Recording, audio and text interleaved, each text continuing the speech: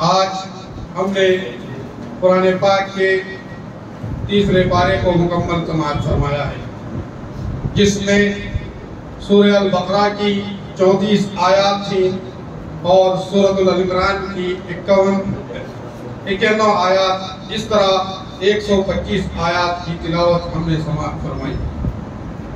اللہ تبارک و تعالیٰ نے انبیاء کرام کی فضیلت کا تذکرہ فرمایا ہے کہ اس نے نبی کو دوسرے نبی پر درجات میں فوقیت عطا فرمائی ہے، جیسے موسیٰ کلیم اللہ، عیسیٰ کو روح اللہ، ابراہیم کو خلیل اللہ، اسماعیل کو ذبیح اللہ اور داؤد کو خلیفۃ اللہ اور جناب محمد الرسول اللہ صلی اللہ علیہ وسلم کو رحمت للعالمین کے خطابات سے ملقب کیا اور نبیوں کا سردار بنایا۔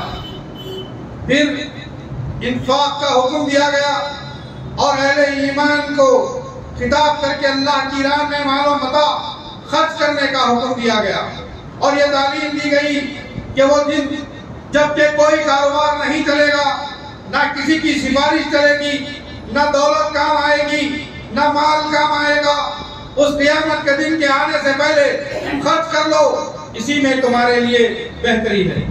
پھر آیت الکرسی کا تذکرہ کیا گیا کہ جس کے بارے میں رسول اکرم صلی اللہ علیہ وسلم نے فرمایا آیت الکرسی قرآن مجید کی عظیم ترین آیت ہے۔ اسی طرح رسول اکرم صلی اللہ علیہ وسلم نے ارشاد فرمایا آیت الکرسی 1/4 قرآن ہے۔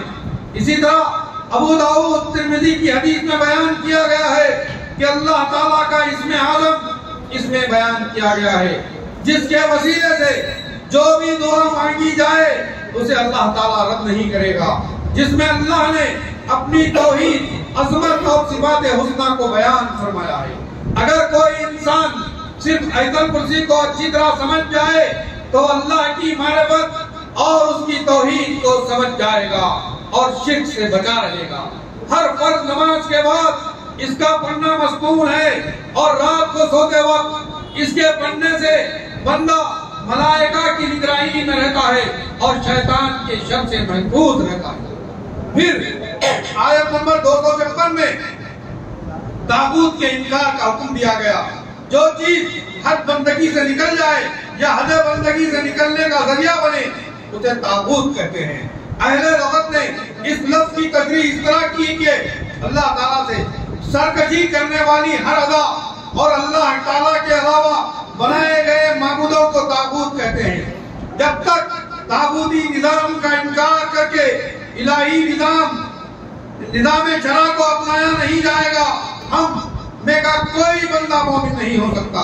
اور یہ تعلیم دی گئی کہ دین میں زبردستی نہیں ہے کہ کسی کو طاقت و قوت کے زور پر زبردستی دین میں داخل کیا جائے۔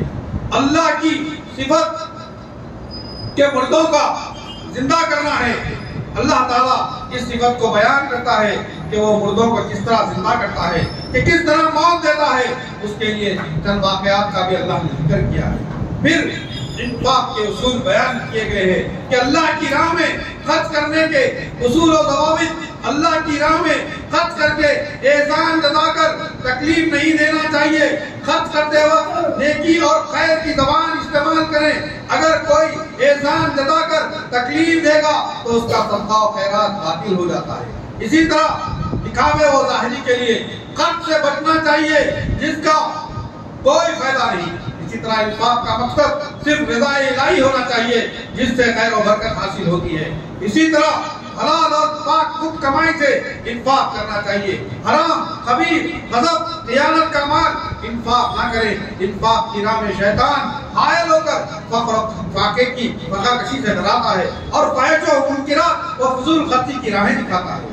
اللہ تعالیٰ انفاق کے ذریعے تمہاری بخشش فرماتا ہے، لہذا شیطان کے شر سے اپنی نیتوں کو پاک رکھو۔ یہی حکمت و دانائی ہے۔ جس کو حکمت مل گئی وہ خیر کثیر پا گیا۔ صدقہ و خیرات ظاہری طور پر دیا جا سکتا ہے لیکن خاموش اور چھپا کر دینا بہتر ہے۔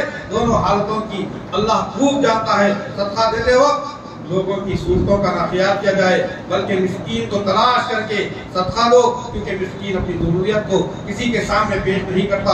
رات اور دن انفاق کرنے والوں کے لیے بہت اجر ہے اور انہیں نہ خوف ہے نہ غم ہے۔ پھر سود کی مذمت بیان کی گئی کہ سود خوروں کی مذمت یہ ہے کہ وہ آسیب زدہ ہیں، کیونکہ انہوں نے سود کو تجارت کا نام دے رکھا ہے، حالانکہ سود نہیں ہے۔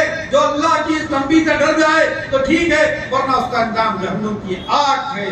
اللہ تعالیٰ سود کو ملیا میٹ اور نقصان زدہ کر دیتا ہے اور صدقات سے برکتیں نازل کرتا ہے اور اضافہ فرماتا ہے۔ پھر حکم دیا گیا کہ سودی معاملات سے باز آ جائیں، ورنہ یہ اعلان جنگ ہے اللہ اور اس کے رسول کے خلاف۔ پھر اہل ایمان کو تعلیم دی گئی ہے کہ نماز کو قائم کریں، زکوٰۃ ادا کریں، ایسے لوگوں کے لیے بڑا اجر ہے اور ان کے لیے نہ غم ہے نہ حزن و ملال ہے۔ پھر یوم آخرت سے ڈرایا گیا ہے کہ وہاں ہر ایک کو مکمل بدلہ دیا جائے گا، کسی پر ظلم نہ کیا جائے گا۔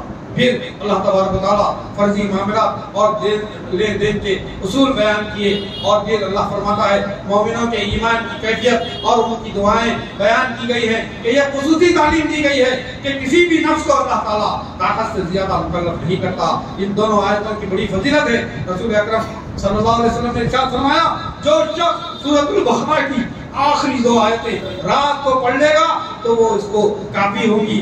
اور ایک روایت میں آیا ہے کہ سورہ بقرہ کی یہ 2 آیتیں عرش کے خزانے میں تھی اور رسول اکرم صلی اللہ علیہ وسلم کو معراج میں عطا ہوئی ہے۔ رسول اکرم صلی اللہ علیہ وسلم نے فرمایا جب بندہ نے یہ دعا کی تو اللہ تعالیٰ فرمایا کہ میں نے قبول کیا ہے۔ الحمدللہ یہاں پر سورۃ البقرہ مکمل ہوا۔ اس کے بعد ہم نے 91 آیات پڑھی جو سورۃ آل عمران کی تھی، جو مدنی سورت ہے جس کے اندر 200 آیات ہیں، 20 رکوع ہیں اور 3503 الفاظ ہیں، 15336 حروف ہیں۔